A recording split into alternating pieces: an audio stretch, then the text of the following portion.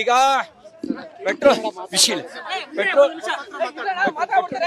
Diesel ಬೆಲೆ ಏರಿಕೆ ಪರಿಣಾಮ ಎಲ್ಲಾ ಬೆಲೆ ಏರಿಕೆ ನಿರ್ಣಯವನ್ನ ಎಲ್ಲರೂ ಮಾಡ್ತಾ ಇದ್ದಾರೆ. ಈಗ ಬಸ್ ದರ ಏರಿಕೆ, ಪೆಟ್ರೋಲ್ ಡೀಸೆಲ್ ದರ ಏರಿಕೆ ಜೊತೆಗೇನೆ ಬಸ್ ದರ ಏರಿಕೆ ಮಾಡಿದ್ರು. ಬಸ್ ದರ ಜೊತೆಗೆ ನೀರಿನ ದರ ಏರಿಕೆ ಮಾಡ್ತಾ ಇದ್ದಾರೆ. ಈ ರೀತಿ ಎಲ್ಲಾ ಬೆಲೆಗಳದ್ದು ಸರಿ ಒಂದ್ ನಿಮಿಷ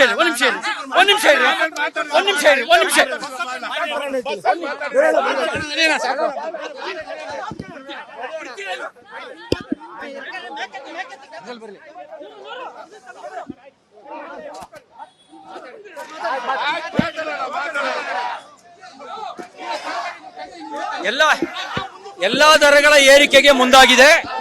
ಜನವಿರೋಧಿ ನೀತಿ, ಸರ್ವಾಧಿಕಾರಿ ನೀತಿ, ಶಾಂತಿಯುತವಾಗಿ ಸೈಕಲ್ ನಲ್ಲಿ ಹೋಗೋದಕ್ಕೂ ಬಿಡದೇ ಇರತಕ್ಕಂತ ಸರ್ವಾಧಿಕಾರಿ ನೀತಿ ವಿರುದ್ಧ ನಮ್ಮ ಹೋರಾಟ ಇದೆ.